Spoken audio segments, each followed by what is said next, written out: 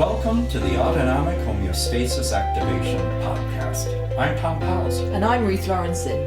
We'll be unpacking what it looks like to activate your brain to holistically manage stress and trauma to facilitate homeostasis. Being free to experience wellness in body, mind, and spirit. Thank you for joining us. Let's get this conversation started. So, Tom, we are here and it's super exciting today because we are starting a brand new series, The Fundamentals of Wellness. And, you know, we had such a great time doing the ABCs of Thriving last year. And I think it spanned over about just over a year, actually, that series. So good.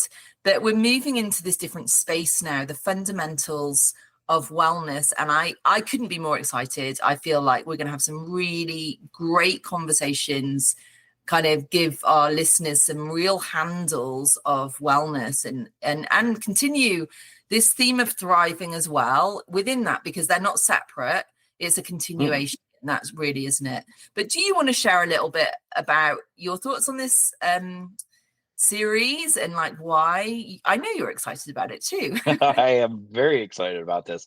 Our last podcast series was the ABCs of Thriving, which to me is like the path we're walking on with our listeners, and we're walking that same path with you. Yeah. And it's like the path we're walking with our listeners and learning the basics, the ABCs of how to thrive and not just survive.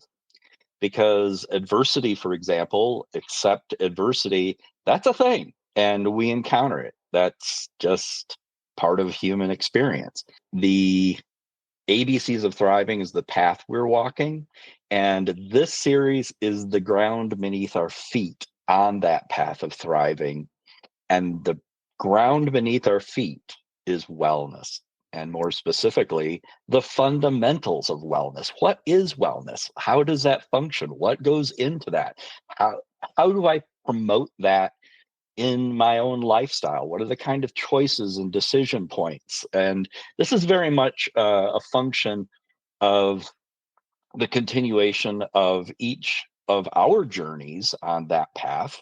And I like to think of wellness as the proactive journey of pursuing a lifestyle that promotes physical, mental, and spiritual health outcomes. So that instead of just surviving, we're thriving. And I'm going to repeat that. Wellness as the proactive journey of pursuing a lifestyle that promotes physical, mental, and spiritual health outcomes. So that instead of just surviving, we're thriving. So what is wellness? In a word, wellness is the opposite of illness. Yeah. Literally, there's illness and there's wellness. And wellness is the opposite of illness. And it really is it's a bit of a buzzword at the moment, I think, wellness. Oh, very much. But I think not in a way that it's because it's so important. It's not because it's just like a trend. I think it's a buzzword because people are realizing wherever they are in their journey, because it's so broad. It's applicable to every human being. You know, it's not just a certain people group. You know, and we'll get into this in a little bit. But you know, you coach very different people to the people I coach, and but wellness applies to everyone. It applies to kids, families, like everyone. And we know that instinctively as human beings. And so I think, and then we have a backdrop of a very complex world that we're navigating, where I think intuitively we know that the lifestyles that we have often are not conducive to wellness. So I think that's probably why it's come to the surface, Tom, you know, because it's like intuitively we know that wellness is key, like wellness is key to thriving, and it's not going to come naturally in the world that we're living in right now, and maybe it never has. So we have to, I love that word, the proactive journey, because it is something that we have to think about and apply. Intentional, yes. So that's what we're going into now. But yeah, share a little bit about how you've come around to wellness, because you've just become a wellness coach as well as I everything have. else. You know, maybe this is a good opportunity to share a little bit of your whole journey, because I know that in past episodes, especially early on when we started this podcast 3 years ago or something, you shared more about your journey, but recent listeners might not know more about what you've done. But this recent accomplishment of being a wellness coach is part of that. So share a little bit. Okay. So when it comes to wellness, that's really been a driving force, a motivation for me personally and professionally. Having grown up with a lot of trauma, I gravitated toward well-being in some form or another, to address that personally, as well as resonating with that from at an empathy level with other people. And as far as the wellness being the opposite of illness, illness is primarily thought of in terms of medical and mental health issues in Western society.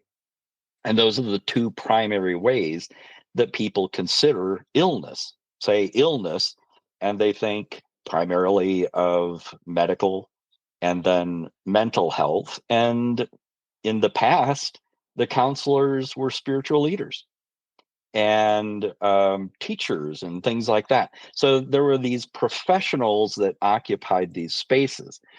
And in terms of, for me, I think of wellness as that proactive journey of pursuing a lifestyle that promotes physical, mental, and spiritual health outcomes. And that's been reflected in my professional life. I added certified wellness coach to my professional resume in September of this year, 2024. And the reason I did that is because as I have understood and explored the idea of wellness more deeply and more broadly, I became aware of this idea as a particular expression of coaching, because a lot of the professional interactions that I have with people who have done AHA, autonomic homeostasis activation for their bodies, that's extended into other aspects of homeostasis, optimal functioning in other parts of their life.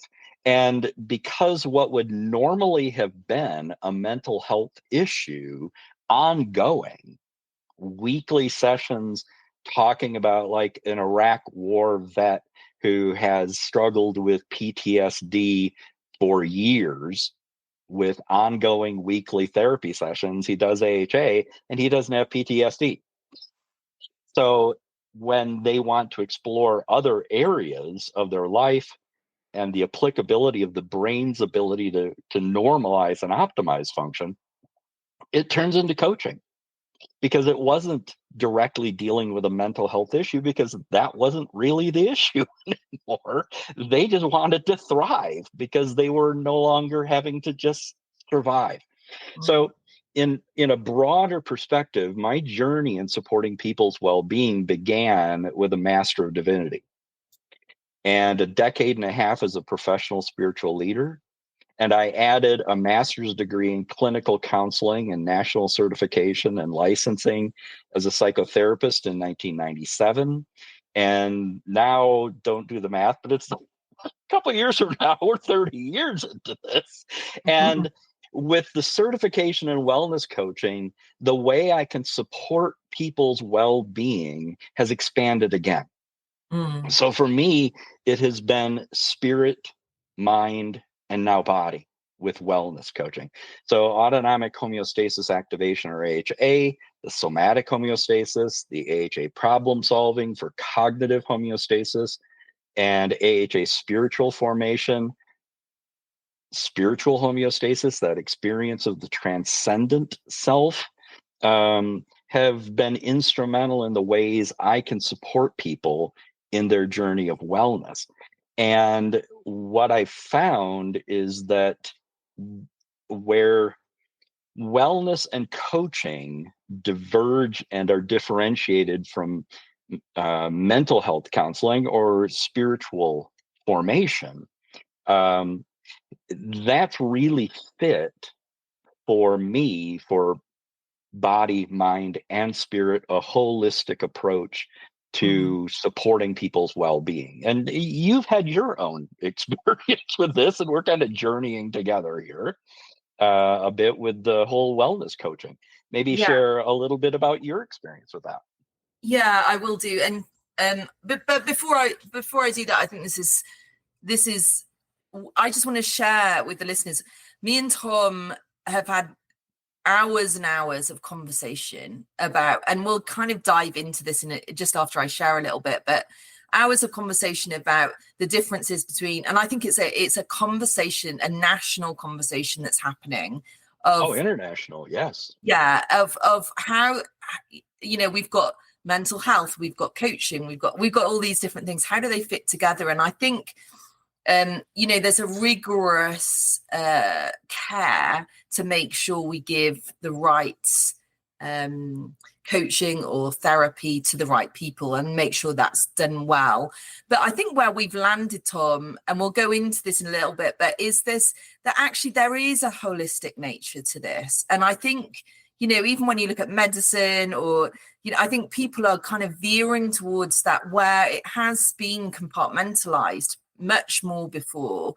I think there is this appetite to go, hang on a minute, how do we be holistic in the human being, in the care for the human being? And so I think that this is part of our trajectory, and we've spent hours wrestling with these conversations. So I think that's why we're excited to have these conversations here, to bring them to the listeners and invite you into this space too. But you're right, I've had my own journey, and some similarities to you and some not. But, I'm obviously from the UK, and in the early days for me, I was, I think I had a leaning to spiritual formation. I've been a professional pastor for many years, a community leader.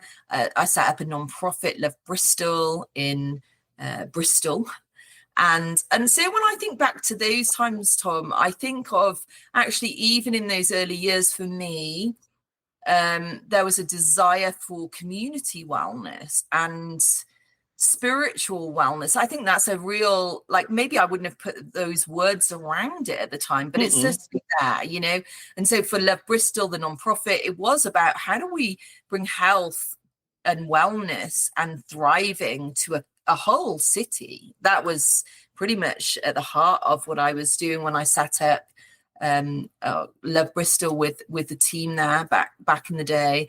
And then I think my role as a spiritual leader has been very similar. How can I bring health and wellness to people who are wanting to journey spiritually and figure out what they think in that space? And so obviously that's all the journey has led me to today. And I'm in the last few years, I've really been more focused on leadership. I've changed from being a pastor. I'm studying sustainability leadership. I offer coaching, leadership coaching. I work with women leaders and CEOs and all sorts of people in leadership. That's like my heart. I love it. The organizational space, the same thing. I feel like I want to, if I can, help organizations to be healthy and well. What does that look like? Organizational leadership. So, and I've just, like you, just got certified as a wellness coach, because I feel like with the coaching that I'm offering leaders, wellness is pivotal. It's like, we can do all of the personal development, we can do all of the organizational strategic thinking and change management and transition management and all of the other things that I would typically coach a leader in. But actually, if I can't come alongside, which is what coaching is all about, come alongside leaders and coach them in wellness, mind, body, spirit, it's, to me, it's the root system of where everything else will flourish and grow, you know. So I just really wanted to be able to add that to my tool belt, so to speak, with what I can offer leaders. I'm passionate about that space right now. I want to, you know, really spend my life coming alongside leaders who are, you know, wanting. Most leaders that I work with want to do good, but they can't do good if they're not well, even if they've got the intention of doing good. So I think that just because we say, well, we want to be healthy, doesn't mean we're healthy. So I think that that's where I'm passionate about this wellness piece, and obviously working with you over the last 3 or 4 years now and understanding more and more about this space has given me a passion for it. But yeah, you know, I'm very similar. I think it is holistic. It's mind, body, spirit. And it can be applied to, for me, it's applied to community, it's applied to organizations, it's applied to leadership. For others, it might be a very different spaces for people, but I think wherever you are, wellness is key. And if the ground beneath the feet of the path you are journeying on is unstable or unsound or compromised, and that ground is wellness, your journey is going to look different, and there's going to be a lot of stumbling and falling into pits and things like that, and fissures. So that issue of wellness, and one thing I would emphasize is that wellness coaching, while not necessarily well known at this point, is actually, there is a national certification that can be achieved, and I'm working toward, and where the American Medical Association certifies it.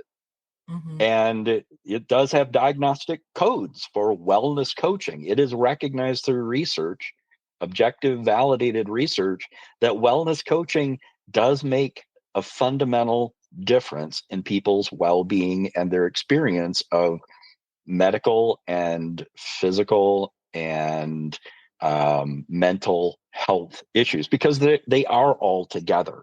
And holistic just simply means everything all together: body, mind, and spirit. So where wellness coaching and mental health counseling differ for me professionally is in 2 major ways. There's the presence and extent of a lack of wellness, and the direction of the person's experience of that lack of wellness.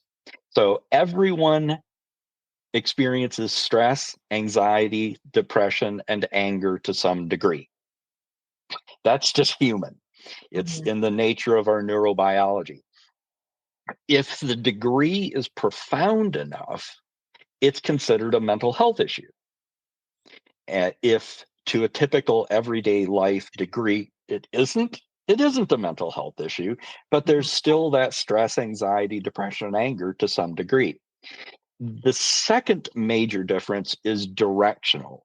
Is the person dealing with and able to deal with and has the tools to deal with those issues or not? Do they have the tools and means to thrive, or does it go into illness, for want of a global word? Okay. So a generally healthy human being may actually be moving in the direction of illness. A generally healthy human being gets burned out, stressed, declining wellness in one or more of the 3 areas of body, mind, and spirit. That is when it shifts into the area of mental health, not to mention the likelihood of physical health and relationship problems and employment challenges or other issues. Or a person who is generally a healthy well-being has a major life event, for instance, an auto accident, loss of employment, relationship disruption, employment changes, downsizing, all sorts of stuff. that's disruptive. There's a major life event that is disruptive. That doesn't mean they have now a mental health issue. Yeah. Mm-hmm. It just means that this is a challenge and a disruption of the homeostasis of their functioning. But supporting their ability to grow and thrive and improve their lives with resources that they already possess, or sharing with them new strategies to survive, to thrive, that's coaching. So there's a directionality and a degree that distinguish between the two. And that's so important. And these are the hours of conversation that we've had, you know, of really having that clarity of, you know, what is coaching, what is mental health. You know, obviously for you, Tom, you're both. And that is, and I know that more and more therapists now are adding coaching to their resume. But for people who are just coaches like me, it's incredibly important to know what we're dealing with and to be able to assess, is this a mental health issue? That will be directional. Or is this a coaching issue? And I just wanted to add the reason you gave a little chuckle there when you mentioned auto accident, because you're sitting watching me, and I've just come out of, I had an accident in March, and I've literally just had surgery on my neck and my spine. It's been pretty intense, and have to wear a brace for 8 weeks. But, you know, that's where I'm at. It's like, I'm not in a mental health situation. Have I had massive disruption? Heck, yes, I have. You know, it's been really full on, but I can still be proactive in my wellness journey, you know, body, mind, and spirit. And I have been. I'm not kind of making it all sound my life isn't all shiny and perfect at all. No one's is. No one's is, no. But you know, it's different from, you know, if I had a significant trauma. And I would say that I have had in the past more of a need to address some more mental health issues in my life from past traumas and all sorts of stuff. But where I'm at right now is a really different space, you know? So I don't know if that helps give an example. Yeah. So that's a great example. And human beings are usually thought in terms of body, mind, and spirit. And you just mentioned body and an auto accident and surgery on your neck with the spine of all things.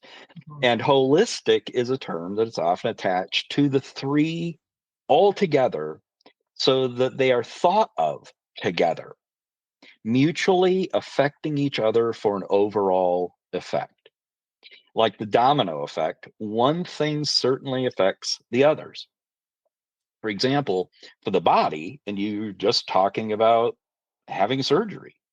For the body, when we are experiencing illness in Western society, we often see a physician. Somebody just doesn't feel good, or they get one of the numerous unexplainable illnesses. That's incredibly common. There are whole diagnostic categories that describe symptomology of a lack of physical health with no identified reason for it existing. There's all sorts of this is what you're suffering with. Well, what is that? It means that you're experiencing these physical symptoms, and I have no idea why. And there is no medical explanation for it, but it is a very real medical condition. And in Western society, people go to see their primary care physician. And the reality is that the primary care physicians, by far, are the first point of contact for individuals struggling with mental health issues, because they show up in the body. Somatization is the manifestation of stress in illness in the body. So, and these PCPs also screen for mental health issues during physical exams and create a safe space for patients to discuss mental health. They can treat common mental health conditions like anxiety, depression, and grief-related emotional stress, but the medical model is prescribing medications for these conditions, and that's dominated that doctor-patient space. But that's changing because there are so many side effects Mhm. to so many of those things that people are going, I feel worse. Oh, I feel better in that way, but I feel worse in so many other ways. So they can treat these common mental health conditions. And that medical model of prescribing medications has dominated the landscape. And we're transitioning in Western society beyond that. And physicians are human beings. And they too often struggle with their own mental health issues as a result, and frequently exacerbated and made far worse because they are viewed as almost a god, and you can't be ill. You can't be suffering. If you're going to help me, you can't be struggling. But the reality is, everybody has compromising experiences for wellness. So, mental health conditions are highly prevalent among physicians with high rates above many general population in terms of depression, anxiety, stress related disorders, suicidal ideation and action, and burnout reported among practitioners at all levels of training and practice. But there is a stigma for physicians in dealing with their own mental health issues. Another example would be diet and exercise. Generally speaking, how big are those things now becoming? Mhm. And it's not simply because of marketing, it's because diet and exercise affect body, mind, and spirit. So just think of how those impact not only our bodies, but also our minds and spirit. Diet and exercise. We're coming up on New Year's and New Year's resolutions. Yeah. Yeah. And the growing number of jobs and professions that diet and exercise involves. Each of these three areas individually is also a consideration. So there's body and mind and spirit. And in terms of a holistic perspective, body is often the body, mind, and spirit, that three um, area paradigm is often expanded on. And so body may include physical well-being and broken out into exercise and nutrition. But body is increasingly being thought of in terms also of the environment in Mm, which the body exists. mhm, The environment or ecosystem in which our bodies lives is profoundly impacting mhm. and impactful. Your degree in sustainability, Yeah. maybe share a little bit about that. Yeah, I mean, I think we are not disconnected from our environment. We are very connected, and there are some major issues with our environment. I think most people would know that by now. Not everyone believes it, but if you want to read the data or read what science is saying, we're seeing some incredible red flags. And it's interesting, Tom, because one of the things that I've been studying in more detail is the dynamics around keystone species in Mm-hmm. nature. And keystone species there are all sorts of things, like a jaguar would be one, or a shark, or a buffalo.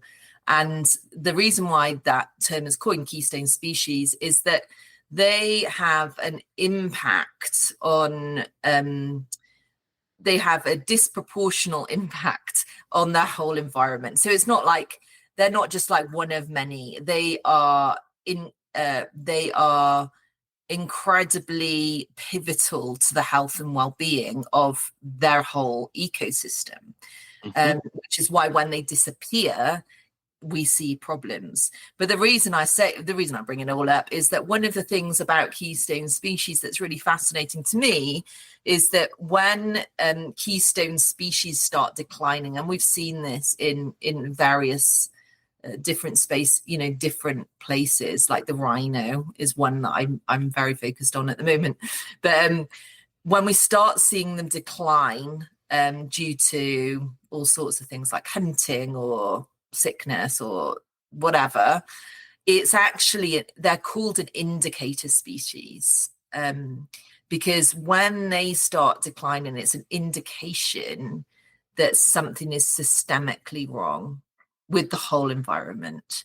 And the reason I say that, like, I want to make the link, but I just think you can almost say that with our whole environment. So when the whole environment is, in some ways, the whole environment, our world is a keystone, there's something Humans. keystone about it. Yeah. And when our whole environment is falling apart, when we're getting, significant worrisome data on climate change and deforestation and the impacts of all of that, it is an indication that something is going to be wrong with our bodies. Yep. Like, we cannot, and I think we like to compartmentalize them. I think we just like to think, oh, I'm fine as long as I've got my nice little house and I know the environment's falling apart, but I can manage. No. Like, it's just we are just so much more connected than that. And so, and eventually that overwhelms.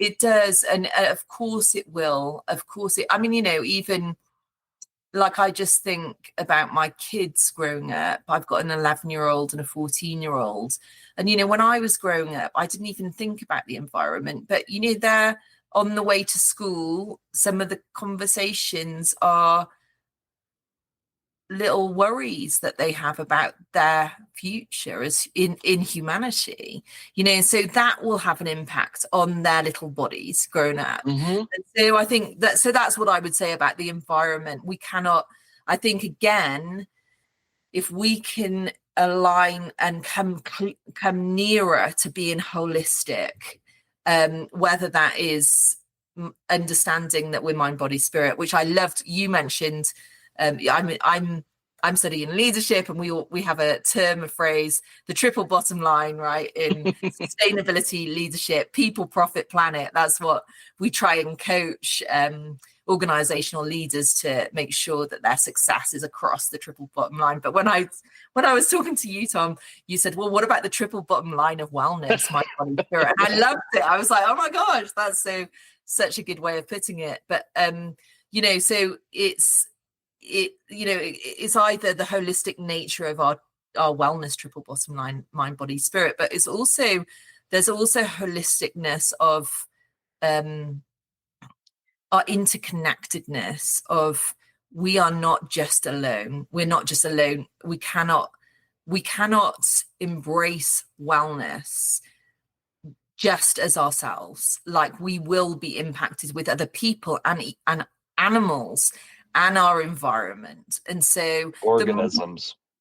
All of it. The more we can own that holistic nature, I think, in our thinking, and understand that we cannot separate ourselves from that, and there is an individual pursuit in a lot of things.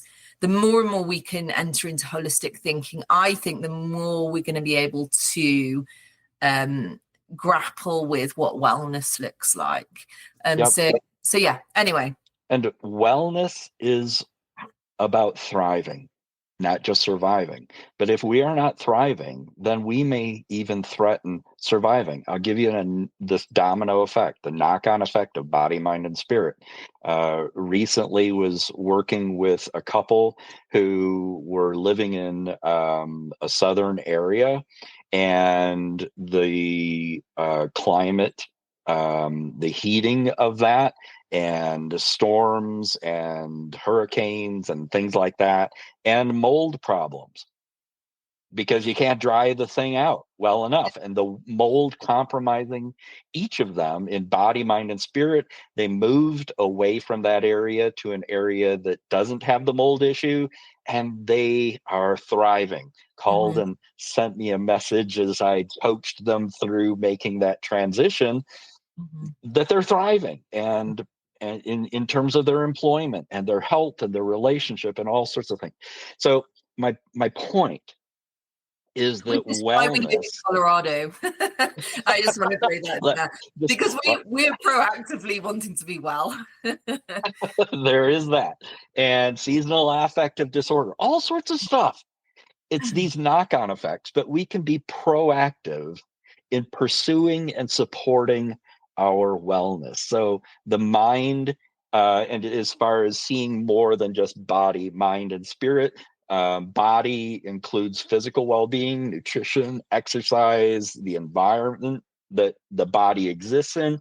The mind is often expanded to include intellectual and emotional, because the mind isn't just thoughts and perceptions, there are emotions that accompany that, and then behaviors and actions that are connected with that. And spirit is often expanded to include an ever-increasing realm of experiences and resources that support us in our just being and the transcendent experience of life, more than just body and mind. And then the three, body, mind, and spirit, are experienced in different combinations. And that can include social and vocational and financial. If you think about body, mind, and spirit, those can affect social, vocational, and financial. So our hope is that in upcoming episodes, we'll be exploring these fundamentals of wellness. It's the ground beneath our feet on this path of the journey of thriving, which can be proactive and intentional. It's just helpful to know what's under there. What am I walking on? Yeah. And how can I enrich it? Yeah. So good. I love that, the ground beneath our feet. I think it's such a poignant picture for us. Something that is very tangible for us when we think about wellness. And the whole series, we're going to be going into all of this stuff in depth. We're going to be getting into some of these issues more specifically and diving in deep, right? So stick with us, listeners. We're excited. I love just that overview, Tom. Thanks for sharing your story on that. And I'm grateful to have aligned with you. And this is part of my story too, and what I offer too. So we're excited to be able to connect with our listeners in this new series and see how we can inspire wellness to be part of thriving. Yeah. You've been listening to the Autonomic Homeostasis Activation Podcast. Join us next time as we continue in our conversations with Tom. If you're interested in pursuing your own wellness journey, please check out our website, autonomichealing.org. You can also reach out to Tom at innerworkings.org.